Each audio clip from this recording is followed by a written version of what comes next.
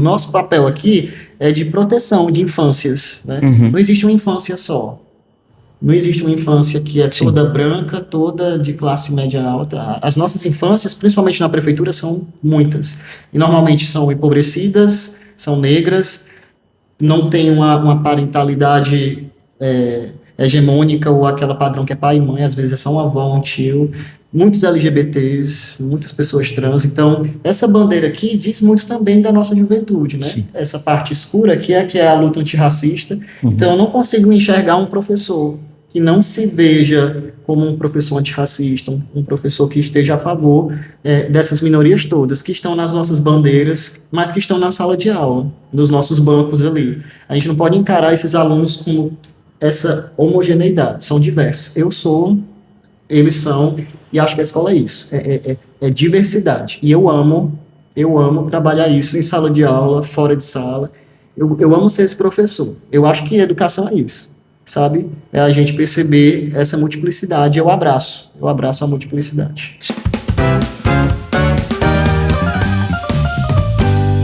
Olá, matraqueiros e matraqueiras, como é que vocês estão? A gente espera que vocês estejam bem e a gente vai dar seguimento agora para o nosso segundo podcast desse ano de 2026. Lá no primeiro podcast a gente falou desse ano, a gente conversou com o professor Jorge Ramos, falamos sobre as exposições negra e indígena e agora a gente tem dois convidados indicados pelo professor Jorge Ramos aqui na Escola de Tempo Integral Joaquim Francisco, o professor João Gomes Luiz e a professora Ariane Paixão. Eles estão aqui com a gente. Oi, professores. Olá. Oi, gente. Olá, olá. Apresentando, o professor João Gomes, ele é professor de português da Rede Municipal de Fortaleza, é professor há 11 anos, é um homem trans. Atualmente, ele é doutorando em educação na Faculdade de Educação da UFC e ele pesquisa políticas de cotas trans. A professora ainda é multi-instrumentista, toca, canta, se garante. E a professora Ariane Paixão é uma mulher negra, pansexual, professora da Rede Municipal de Fortaleza, professora de História e atualmente ela é mestranda em História na UES e ela pesquisa mulheres no rock. E a gente vai conversar com eles agora algumas questões sobre as temáticas que envolvem gênero e também o papel deles, o ofício como professor. Aí a primeira pergunta que eu faço para vocês, professor João e professora Ariane, qual o impacto das questões de gênero para vocês como professores em sala de aula? Isso tem alguma relevância na questão de insegurança com alunos, com gestão, com professores? É tranquilo? Como é que vocês veem esta caminhada de vocês nessa questão de gênero? Ariane, você começa. Né? Obrigada. Bom, eu acho que é uma pergunta bem complexa, né? E transversal. Uhum. Porque perpassa pela consciência de saber que quando eu estou em sala não é a mesma coisa de quando um colega homem está, né? Eu confesso para você que eu não sou insegura, não costumo ter insegurança. Eu costumo ter uma relação com os meus alunos muito positiva, assim, não tenho do que reclamar, mas consigo ver aquela coisa do subconsciente coletivo, da dificuldade em que tanto os garotos como as garotas têm de permanecer aquele respeito que já é mais automatizado quando tem um homem falando.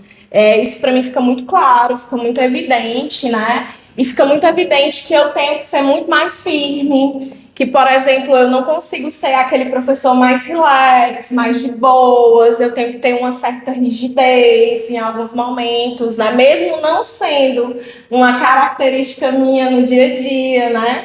Eu tenho que assumir ali uma persona, porque senão realmente fica muito difícil, muito complicado, sobretudo com a faixa etária dos alunos da prefeitura.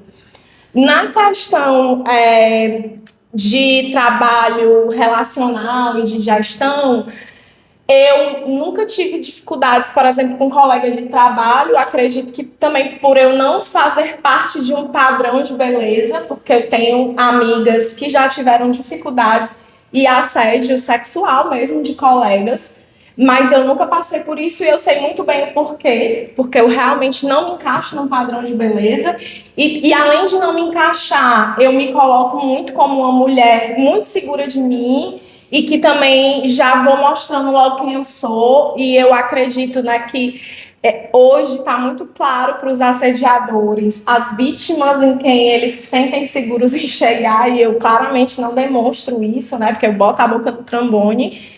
E com gestão, eu sinto muito que, às vezes, no início, a coisa de eu ser essa mulher que exalo essa afetuosidade, eu consigo perceber que muitas vezes eu vou deixar passar, eu preciso mudar aqui, tu pode passar o dia inteiro do teu planejamento dando aula, eu precisei mexer só com você. E aí eu vejo muita surpresa, muito espanto de algumas gestões quando eu digo, não pode. Uhum. Porque a sensação que dá é que geralmente as pessoas que estão em liderança vão sempre receber um sim de mim. Mas isso também já é uma coisa que eu também já me adaptei muito, sobretudo pelo conhecimento do estudo de gênero. O estudo de gênero, ele me deu muita consciência e ferramentas para me sair bastante de todas essas situações, né? Na sala de aula é Bell Hooks, fundamental, né? Aquele livro ensinando a transgredir. Ensinando a transgredir. Aquilo para mim assim foi libertador. E também a teoria de gênero em geral para lidar com essas situações mesmo de relações de trabalho. Uhum. Muito bem. Perfeito. E você, professor? Primeiro, gênero é uma categoria que perpassa a vida dos indivíduos todos, né? As pessoas mais conservadoras, né, pensam que gênero é uma coisa que só mulher e LGBT falam, mas não, gênero perpassa tudo. Isso. A vida de pessoas cisgênero, pessoas trans, enfim. Então, eu como professor, hoje, um professor trans, enxergo algumas coisas que, para algumas pessoas, é um pouco imperceptível. Um dos pontos que a Ariane tocou aqui, sobre a autoridade em sala, né? Eu sou lido como um homem na sociedade, porque eu tenho barba, enfim, tenho uma performance masculina, né? Eu sou lido dessa maneira. Mas, no cotidiano, eu não esboço uma masculinidade hegemônica no sentido de termos que eu utilizo, a afetuosidade que a Ariane fala, eu gosto muito de empregar com os meus alunos, com as pessoas na sala dos professores, com a gestão. Eu sou uma pessoa muito afetuosa. Isso, muitas vezes, não é lido como uma coisa positiva, né? João, tu devia ser mais rígido, tu devia falar de tal maneira, se portar de tal maneira, não devia pintar as unhas, né? Tá borrado, tá mal. Tá no finalzinho aqui já, né, das unhas pintadas. Mas eu já escutei de colegas de profissão de que eu sou homem ou mulher, eu quero ser homem ou eu sou mulher ainda, só porque eu pinto as unhas, né? Então, já percebi que por eu esboçar uma masculinidade que não é uma masculinidade dita hegemônica, eu também sou muito mal visto, principalmente por pessoas que não conseguem encarar a diferença, né? A diferença existe. Eu não gosto dessa frase que somos todos iguais. Isso eu sei que não somos. Somos negros, somos pessoas brancas, negras, indígenas, pessoas cis, pessoas trans, temos uma diversidade, né? Que eu gosto de usar recentemente, né? Mas a palavra multiplicidade é uma palavra que eu estou gostando mais de utilizar. Pelos estudos também, né, que eu venho fazendo. Então, o que eu percebo é que meus meninos, na sala de aula, os meus meninos conseguem ter um acolhimento muito maior, eu consigo ter, assim, uma relação de grande companheirismo com os alunos, muitas vezes mais do que alguns colegas professores, né? Eu não falo isso da atualidade, mas por locais que eu já passei na minha vida. Então, já encontrei professores que deveríamos ter, ou ser uma categoria, né, muito mais próxima, mais amiga e acolhedora. Muitas vezes, os empecilhos do meu cotidiano de professor trans, é justamente os adultos, que deveriam ser essas pessoas, né, muito mais, sei lá, com uma cabeça muito mais aberta a essas questões. Esclarecido. Eu venho encontrando uma juventude muito mais aberta, uma juventude muito mais propositiva nesse sentido de me escutar, de acolher, até porque eles têm suas diferenças também. Às vezes a escola é o único espaço que esse menino, ou essa menina que é lésbica, esse menino que é negro, está escutando uma palavra de acolhimento, né? É o único espaço, às vezes, a gente. Nosso papel aqui é muito forte como educador. Às vezes é esse lugar que eles vão se encontrar. Em casa, às vezes, não dá muita gente, os pais não escutam. Então, o que eu percebo dessa minha caminhada de docência e de transgeneridade, eu venho encontrado uma juventude muito potente. E que a gente que é mais os cabra velho, né? Os cabra velho tem que aprender muito mais com esses meninos. Tem seus problemas? Tem. Todas as juventudes de todas as épocas têm seus problemas. Mas eles têm muito a ensinar para a gente também. Uhum.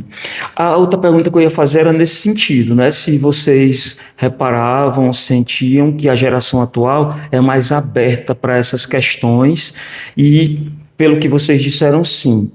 Por quê? O que foi que aconteceu? O que é que eles tiveram a mais ou a menos no sentido de preconceito do que as gerações anteriores? Considerando que, infelizmente, a questão de educação sexual ou educação para falar dessas diversas temáticas, infelizmente não é algo tão aberto, tão permitido nas escolas. Tem questão política envolvida, tem um monte de fake news que barram muito isso, que poderia evitar muitos problemas. Já que a gente não tem tanto essas políticas públicas sobre essas questões na escola, o que foi que aconteceu com a geração atual, como vocês perceberam e disseram, para essa abertura maior, na percepção de vocês? Olha, a sensação que eu tenho é que a gente, a minha geração e do João, a gente precisou problematizar as coisas. A gente problematizou para superar. Porque a gente é de uma geração onde a informação era muito limitada, né? E aí, a sensação que eu tenho, isso é muito uma coisa de olhar pessoal, né? A coisa empírica, eu não tenho dados acadêmicos, científicos sobre isso, né? Mas a sensação que eu tenho é que a nossa problematização fez com que essa geração que está nascendo agora e que está crescendo já não precisasse mais problematizar isso. É tanto que eles não ficam refletindo isso. Eles tratam com tanta naturalidade. Para eles é tão natural e que quando eu percebo, o que é que eu vejo? Quando tem um aluno que é radicalmente conservador, eu percebo que ele está reproduzindo. Eu percebo que aquele discurso não é dele, não vem dele. Ele está reproduzindo e ele é barulhento. Não é a maioria. A maioria mesmo, isso dentro de uma sala de 39 meninos... Eu diria que 25 trata tudo com muita naturalidade. E eu vejo essa diferença. Eles não problematizam, porque é como se eles já herdassem de nós. É como se nós tivéssemos feito esse caminho por eles. A sensação que eu tenho é essa.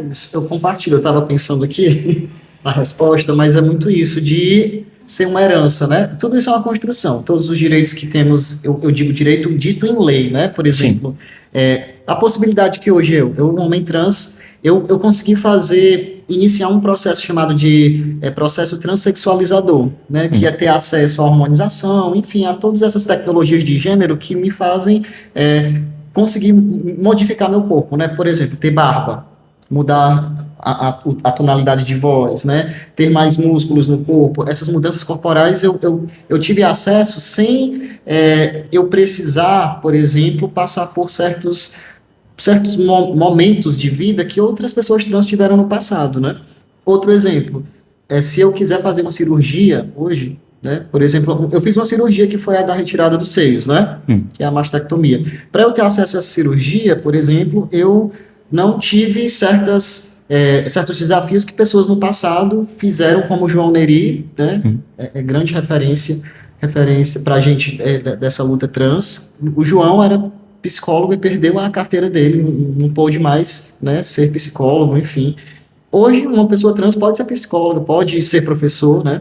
Óbvio que temos nossos desafios ainda. Mas o que a Ariane fala é isso, é uma herança de uma construção, de uma luta do passado, que a gente sabe, a gente tem que reverenciar, né? Essa luta, essa ancestralidade que a gente tem na luta LGBT, luta negra, a gente tem uma ancestralidade muito grande de nomes que morreram quase que literalmente ou literalmente para a gente ter acesso hoje a um menino desse poder ter um nome social garantido, né? Eu poder retificar meus documentos que eu quis retificar. Então é uma herança mesmo. O que a gente tem que mostrar para esses meninos é que tem uma luta, né? Não foram eles que criaram essa luta, não, ela é antiga.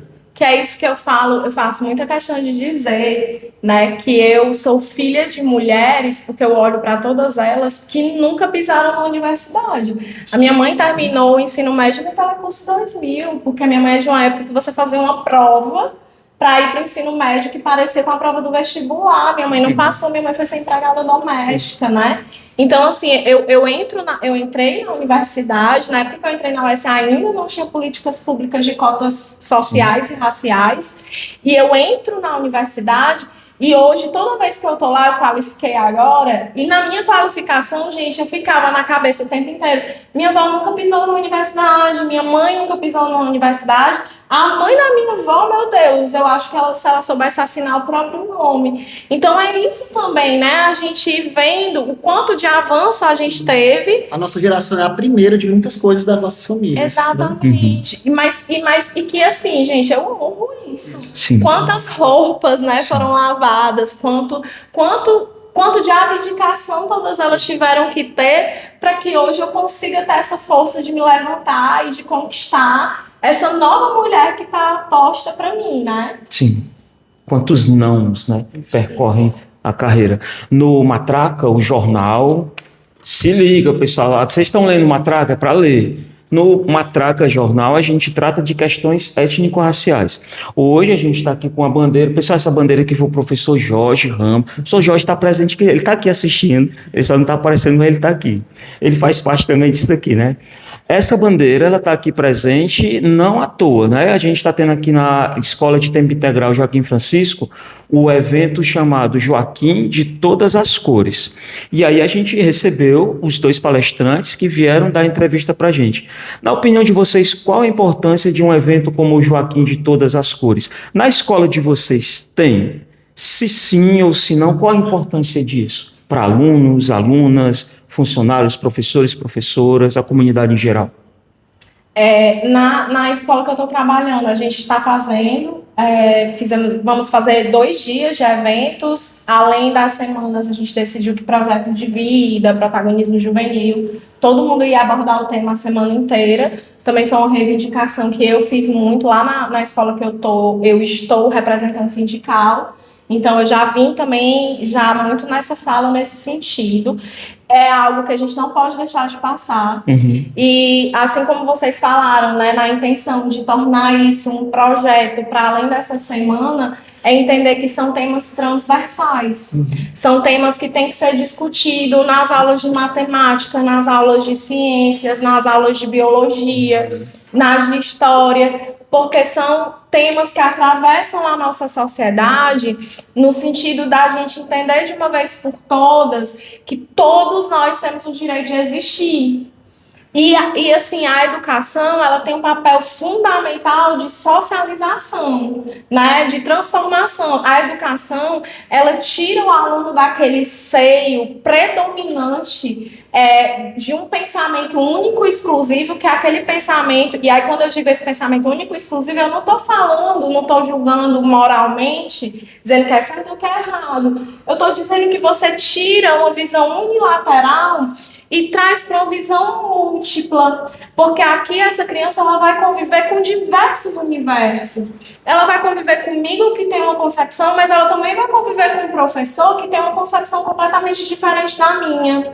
Né? E eu acho que é nossa função, sobretudo quando a gente pensa que é a primeira vez na história desse país que a educação finalmente está alcançando setores da sociedade que não alcançava antes. É por isso que eu recentemente ouvi de uma coordenadora, que ela é coordenadora, sei lá, há 40, 50 anos, e ela espantada, ela, meu Deus, há quanto tempo eu sou coordenadora, eu nunca vi isso na educação. Eu falei, pronto, você nunca viu porque o pobre nunca esteve na escola, é a primeira vez. E a gente vai sim, nesse momento, lidar com pessoas que não têm pai, Sim. que a configuração social é uma avó idosa que faz de tudo para cuidar, porque é a primeira vez que essa pessoa está chegando na escola, né?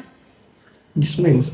Durante esses meses mais temáticos, né? Por exemplo, junho, que é da diversidade, sei lá, esse período de agora, que é da Semana Janaína Dutra, né? Que é feito de modo mais forte assim, nas escolas estaduais, né? Acho que da prefeitura a gente está caminhando mais fortemente agora com essa semana. Mas durante esses meses eu faço mais movimentos fora das escolas onde eu trabalho, né? Certo. Eu sou convidado, como foi aqui, para a escola de vocês, para Joaquim, e vou para as escolas estaduais, participo das semanas das outras escolas, mas nunca nas escolas por onde eu passei trabalhando, né, lotado, eu fiz um movimento assim. Teve uma que foi a escola que eu digo que é onde eu aprendi a ser professor, que é a Escola César Caos, que é uma escola de ensino médio, né? Que ela é do Estado.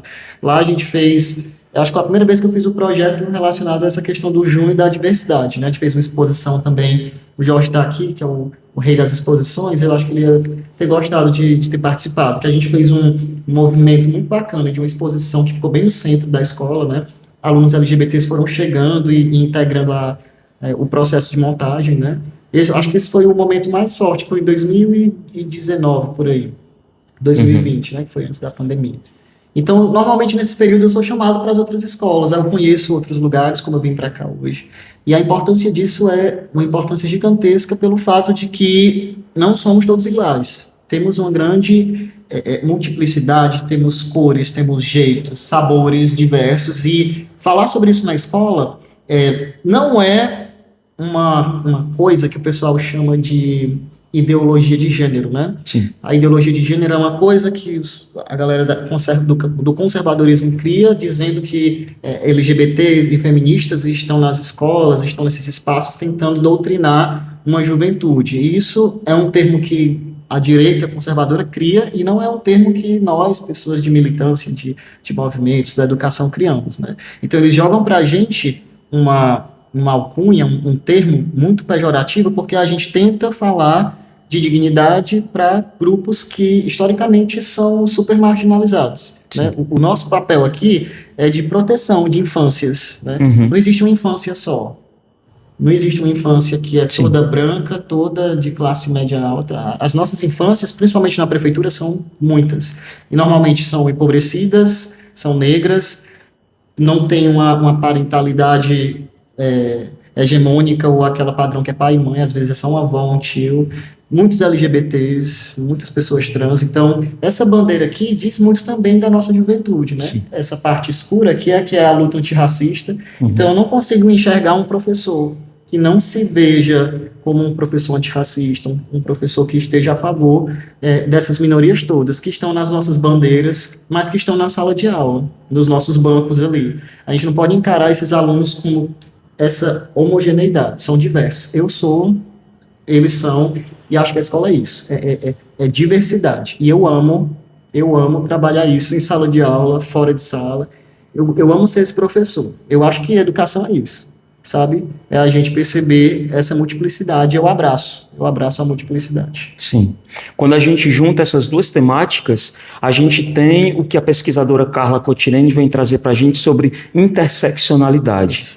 E aí eu pergunto, como é que atravessa vocês a interseccionalidade de LGBTs, negros? Pelo pouco que eu conheço da história, que vocês já contaram também, iniciaram em periferias, como é que isso atravessou, limitou, quantos nãos, quantas barreiras superadas? Nossa, é muito difícil até quantificar, assim, eu nem sei, porque eu acho que, nossa, cada conquista, assim, que eu passo, eu fico pensando como que eu cheguei até aqui, assim, né, de verdade. Eu tenho uma grande questão, eu tenho descalculia, então eu nunca consegui aprender matemática. E eu sempre, desde fundamental, ouvi, né, muito subestimada de vários professores, assim, que essa menina não aprende nada, deixa ela ir, sabe? Eu ouvi muito isso. Quando eu passei na UES, foi uma coisa muito inacreditável para mim. Como é que eu vou passar na UES sem fazer 10 questões de matemática? Porque eu não consigo mesmo, é muito difícil.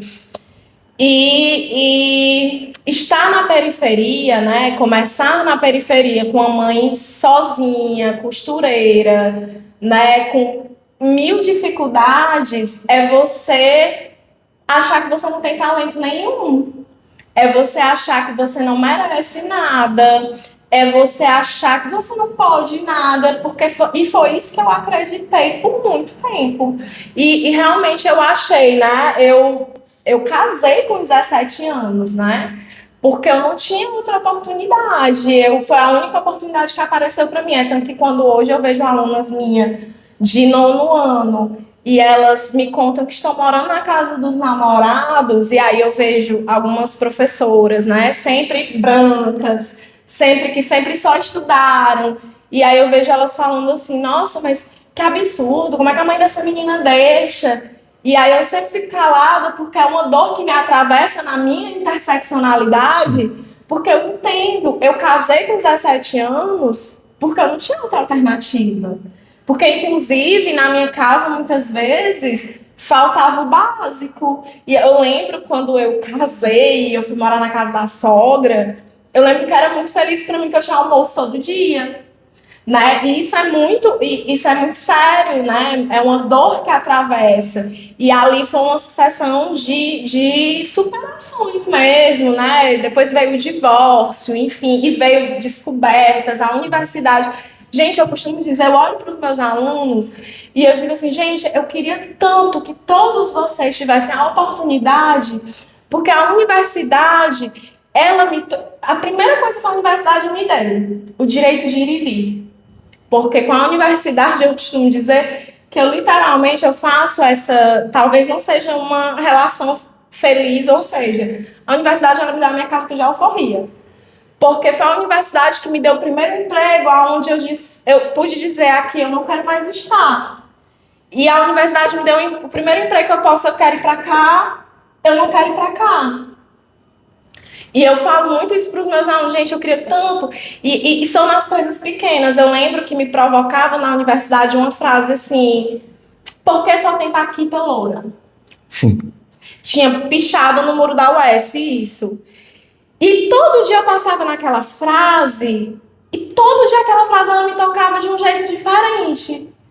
E eu voltava na minha infância, porque eu sabia que só tinha paquita loura, eu sabia que aquilo me atravessava, mas eu não sabia nomear aquilo. E foi a universidade, com uma simples frase, que me ensinou a nomear aquele racismo. Uhum. Né? Foi a universidade que me fez enxergar os pequenos racismos dos quais eu estava cercada e que minavam a minha autoestima, que me faziam achar... Quantas vezes eu falei, gente, eu não sou artista, eu não tenho talento nenhum, eu não sei fazer nada. Porque a gente que está na periferia, a gente escuta isso o tempo todo. Infelizmente.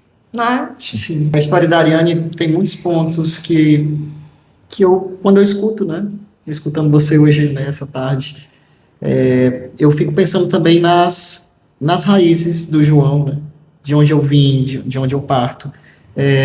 Minha mãe, uma pessoa também que só estudou até o ensino médio, meu pai é operário até hoje, né, só estudou até o que a gente chama assim de 4ª série, né, ele sabe escrever o nome e tal, mas tem uma educação muito rudimentar ainda, né.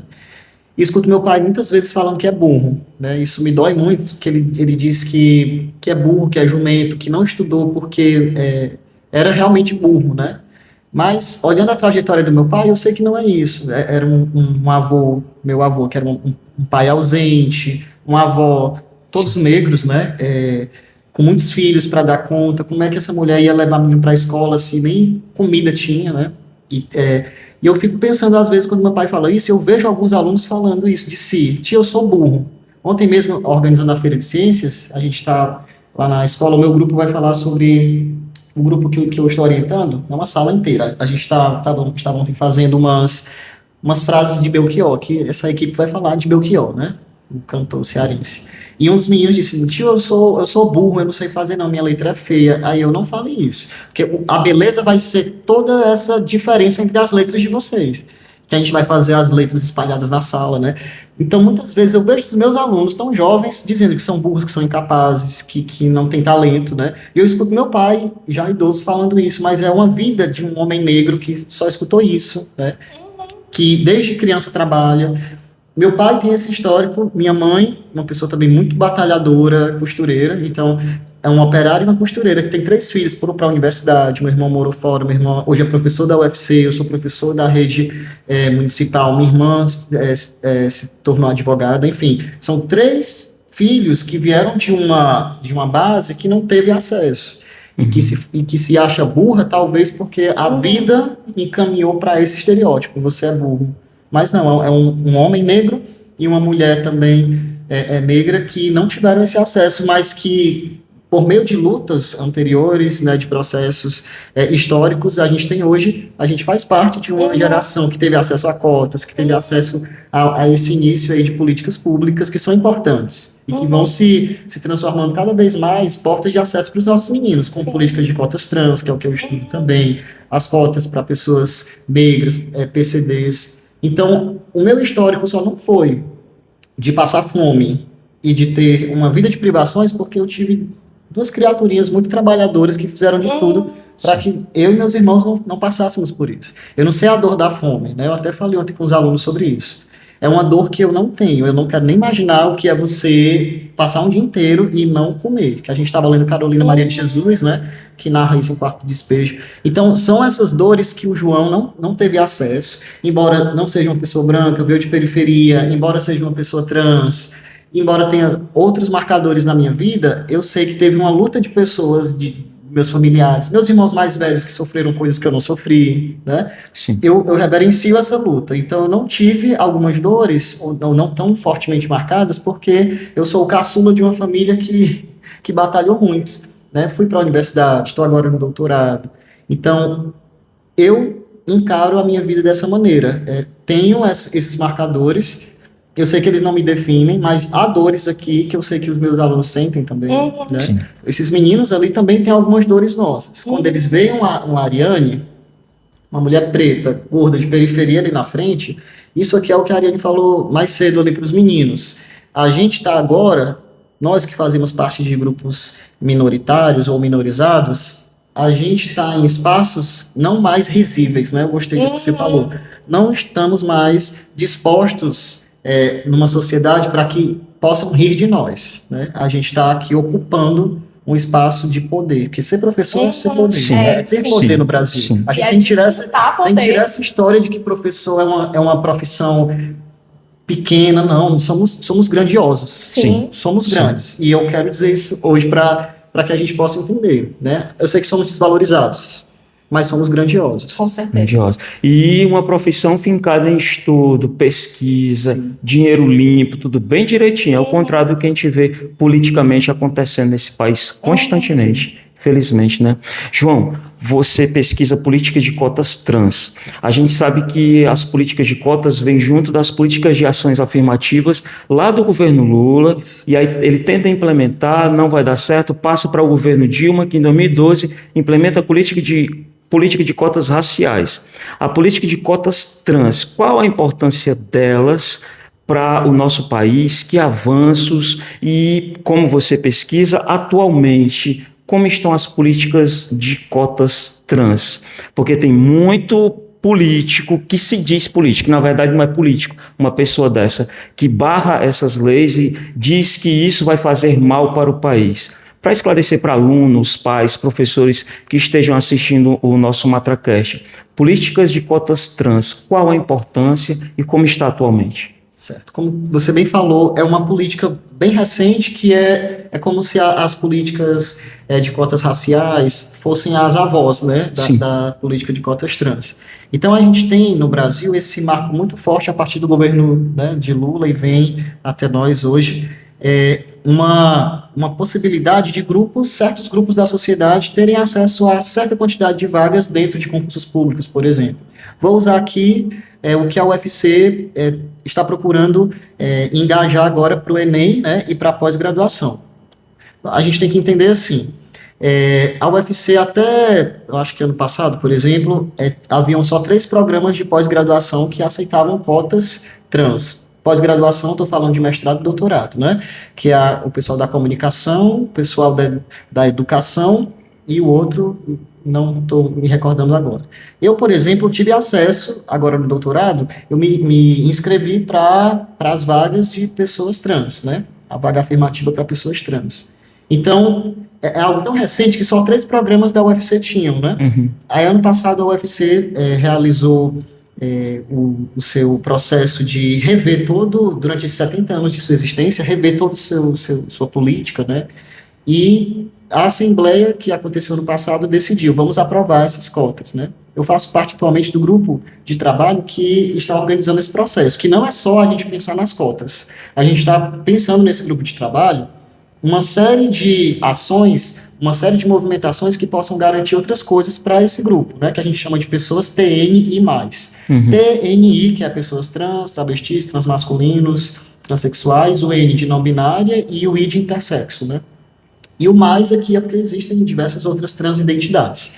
Então, por exemplo, na UFC, a UFC está com esse grupo de trabalho que é composto por mim, por outros servidores, docentes, né? Tem uma galera do Fórum Trans, que é um grupo também bem forte na UFC, que é composto por discentes. Então, tem uma série de pessoas trabalhando nessa construção dessa política, né? Que a gente pretende lançar o mais breve possível.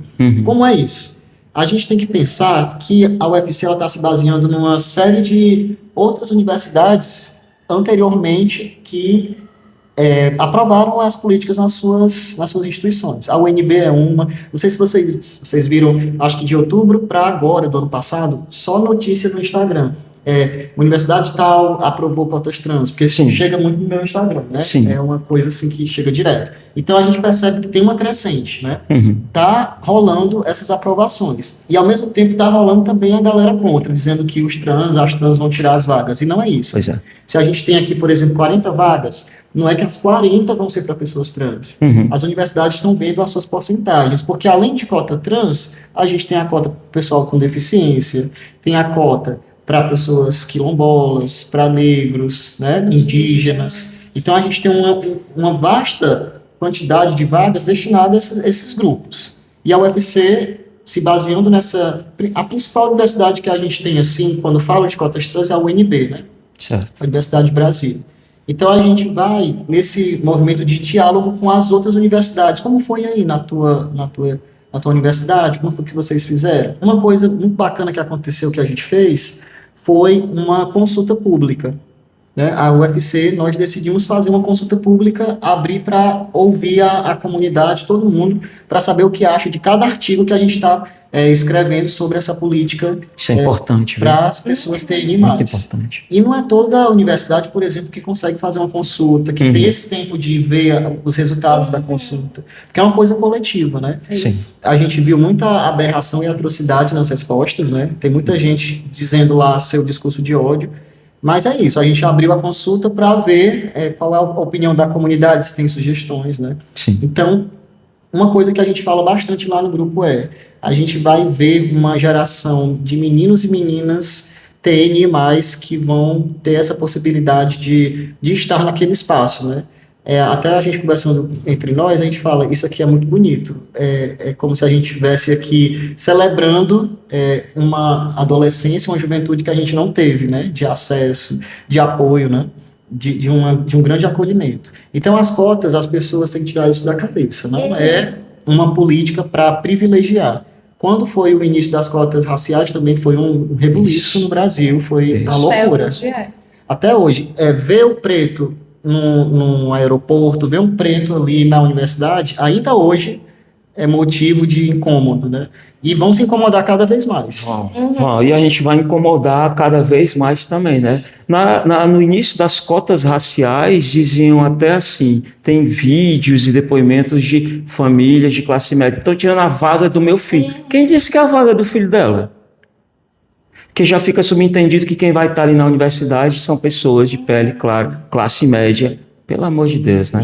E eu acho essa pergunta muito válida e pensar tudo isso que você falou, porque enquanto você estava falando, eu fiquei lembrando de um aluno que eu tive no ensino médio, um aluno muito querido, é um aluno trans, eu tenho contato, mantenho contato até hoje, porque o vínculo ficou afetivo, e eu lembro de uma grande dificuldade, a gente não tem como falar em educação sem falar em saúde mental.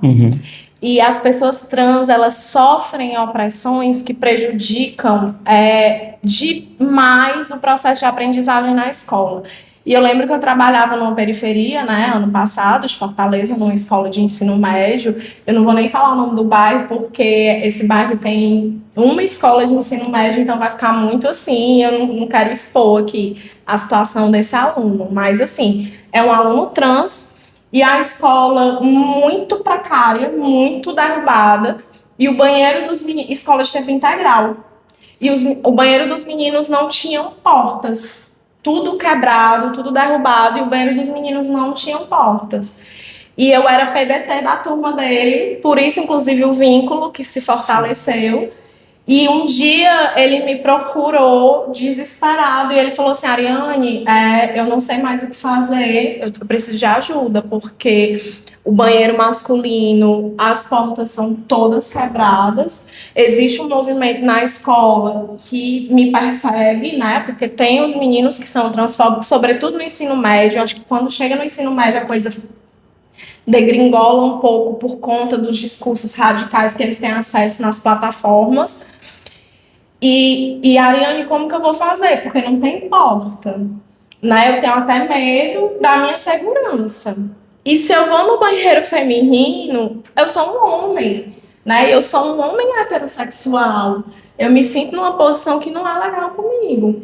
E aquilo me deixou, assim, desesperada. E como que eu vou querer cobrar que esse menino aprenda da mesma forma quando esse menino, gente, não tem dignidade para ir no banheiro? A gente está falando de uma das coisas mais básicas do ser humano, a necessidade fisiológica. Como que eu vou dizer, João, que esse menino tem a mesma igualdade que uma pessoa cis que está só indo para a escola? Sim. Verdade. E, Ariane, uma pergunta para você, né, sobre sua pesquisa também. A gente tem Simone de Beauvoir, a gente tem Oreyonke Oreyumi, uma pesquisadora negra, que fala sobre a invenção das mulheres. Quem foi que disse que a mulher tem que ser submissa? E aí eu ligo essas duas, olha aí, Simone de Beauvoir, Oreyonke Oreyumi com Rita Lee. Sim. Disseram para ela na juventude: você não tem cunhão para fazer rock and roll. Depois eu vou pegar meus ovários, minhas trompas e vou fazer rock. E fez. Isso. E uma das maiores. Qual a mensagem você passaria para as meninas sobre empoderamento feminino? Nossa, inclusive eu uso a Rita Lee no primeiro capítulo, né? Porque tem uma citação dela que eu acho muito linda e poderosa, onde ela fala, né? No meu tempo dizia que eu não tinha culhões. Aliás, ela fala no tempo da... Ela cita uma pessoa antes dela, eu não vou lembrar quem é, falavam que mulher não podia fazer música. No meu tempo dizia que eu não tinha culhões para cantar rock. No tempo da Cássia Eller, diziam que a mulher para fazer um bom rock tinha que ser mulher macho. No tempo da minha neta, eles vão parar e vão escutar a mulher fazendo música. Então, eu uso essa citação que ela fala para explicar, né, essa questão dessa invisibilidade que a mulher sofreu e permanece sofrendo no rock and roll, porque a gente, até hoje, em tudo que a gente vai fazer, eu costumo falar para as minhas amigas, né, que geralmente eu gosto muito de trabalhar com mulheres, geralmente eu gosto de ser avaliada por mulheres, porque geralmente as mulheres, elas são muito competentes, porque elas têm que ser, elas não têm alternativa. E os homens... Geralmente a gente ouve falar: nossa, aquele cara é muito bom, assim, assim, assim. Aí quando você vai ver, ele é só um cara. Ele é só um cara. Às vezes ele nem leu tudo aquilo, ele é só um cara. E a mulher não, a mulher ela tem que se provar muito. E eu diria, né, que para você ser uma mulher e pegar essa mensagem de empoderamento, é você saber que você pode ser aquilo que você quiser. É isso, assim, por mais clichê que seja, sim. Né? Eu acho que às vezes o clichê ele também precisa ser dito e precisa ser reforçado. E eu acho que a mensagem das meninas do rock que eu pesquiso é exatamente isso. Inicialmente sem pretensão nenhuma, até porque eu pesquiso ali o circuito das minas oriundas do punk rock, é o do it yourself, faça você mesmo. Cara, eu tô a fim de bater um som aqui, eu tô a fim de me divertir com as minhas amigas, vamos pegar aqui, a gente vai fazer e fazendo. E é isso, ser mulher nessa sociedade patriarcal e machista é fazer fazendo. Né? Acho que é isso mesmo. Enfrentamento sempre, né? E pra gente finalizar esse nosso bate-papo, que tem um monte de tema que dá pra gente aprofundar e conversar um bocado aqui, né? A mensagem final do professor João, da professora Ariane, mensagem final para os nossos matraqueiros. Eita, agora sou eu. Que a gente... Uma mensagem final, primeiramente agradecer pelo convite, né? Muito massa estar aqui, é muito legal esse negócio de microfone, de fio. Bom, né? É legal, é legal. Muito legal. Esse microfone é muito bonito também, muito massa. Agradecer pelo convite, que a gente possa ter mais escolas, mais movimentos, assim, escolas com podcasts, enfim, com ações transformadoras como a de vocês. E uma mensagem final sobre tudo isso que a gente falou, né? Que a gente falou de gênero, falou de questão de raça, de acesso, de desigualdade social, a gente falou um monte de coisa aqui ao mesmo tempo. Espero que vocês em casa mastiguem, engulam e possam compreender o que a gente está fazendo aqui. Mas uma mensagem final é de que a gente possa ser, né? A gente possa ser o que a gente é e que a gente possa entender uma coisa. A gente não é só uma coisa, a gente é um monte de coisa ao mesmo tempo, né? E é isso que eu acredito. A educação é um monte de coisa que a gente é ao mesmo tempo. Ser professor é isso. É ser vários em um. E que a gente possa, nesse mês que a gente está refletindo sobre essa questão da Semana Janaína Dutra, né, que também foi uma personalidade muito importante para a comunidade LGBT, especificamente as pessoas trans, que a gente possa perceber principalmente um ponto. Esses nãos que você falou, essas impossibilidades não definem a nossa caminhada. Sim. Quem vai definir a caminhada do João é o João, né? O Belchior canta, né? Saia do meu caminho, eu prefiro andar sozinho, deixa que eu decida a minha vida, né? Foi a partir dessa canção que eu escolhi meu nome, né? Que o nome da canção é Comentário a respeito de John, né? E aí ele fala de John Lennon, né? Então a felicidade é uma arma quente, né? Que a gente pega essa arma que é quente, que a vida é quente, a vida não é morna, entendeu? Que a gente, assim como Belchior, faça o nosso caminho, tá? Quem pode fazer o nosso caminho é a gente. Seja uma pessoa trans, seja uma pessoa negra, os nãos da vida da gente são só nãos. Vamos passar por cima deles, e não é superar e deixar aquela mensagem, aquele outro clichê que é ruim, é uma história de superação, a do João, da Ariane, não. Somos histórias. As dores ainda estão, por aqui a gente vai lidando. Mas que a gente possa fazer o nosso caminho. Quem pode fazer o caminho do João é o João. E outra coisa, estudar sempre. Massa. Eu queria também agradecer bastante, né, sobretudo a visibilidade, né, a visibilidade das nossas pesquisas. A gente sabe que isso é muito importante mesmo para a gente, academicamente, enquanto professor. Fico muito feliz da gente mostrar, né, o profissionalismo. Eu acredito muito na educação. Gente, eu sou muito feliz sendo educadora, muito assim. Eu me emociono, porque eu realmente amo estar na minha sala de aula. Às vezes eu fico falando pro João, às vezes eu tenho raiva porque eu gosto do meu menino.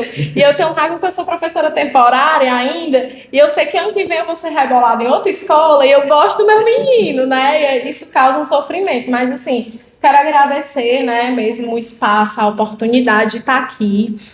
E a mensagem final que eu queria deixar, eu queria pegar um gancho na mensagem do João, o ser...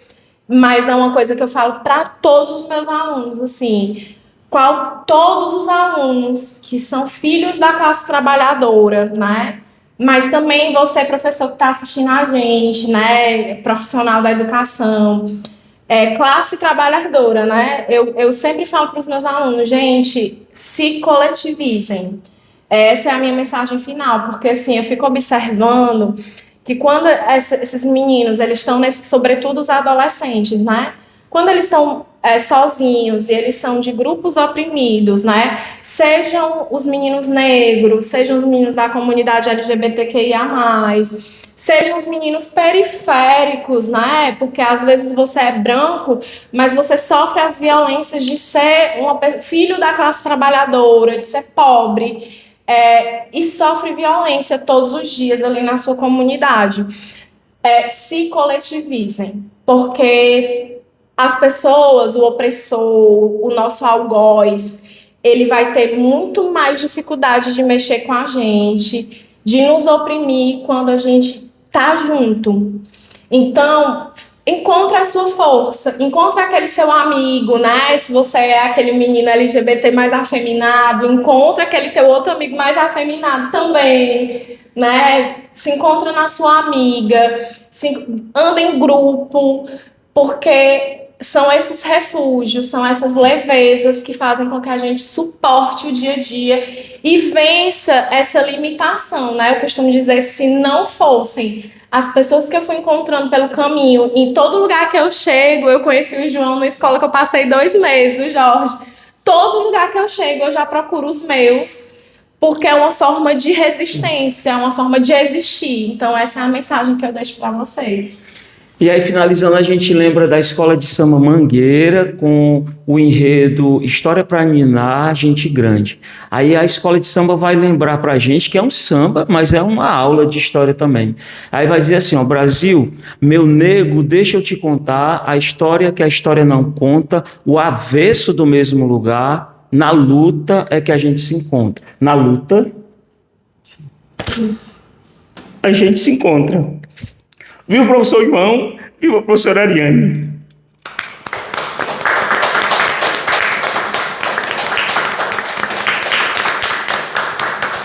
Samuel, tu vai cortar esse final que não vai prestar não. A gente agradece a atenção, a participação de todas e todos vocês. Valeu, muito obrigado. A gente segue na luta e é isso aí. Educação, viva o movimento das comunidades indígenas, todo o movimento negro, MNU, Consciência Negra, movimento LGBT, todas as lutas são válidas. Muito obrigado, valeu e até a próxima. E corta, Samuel, esse final.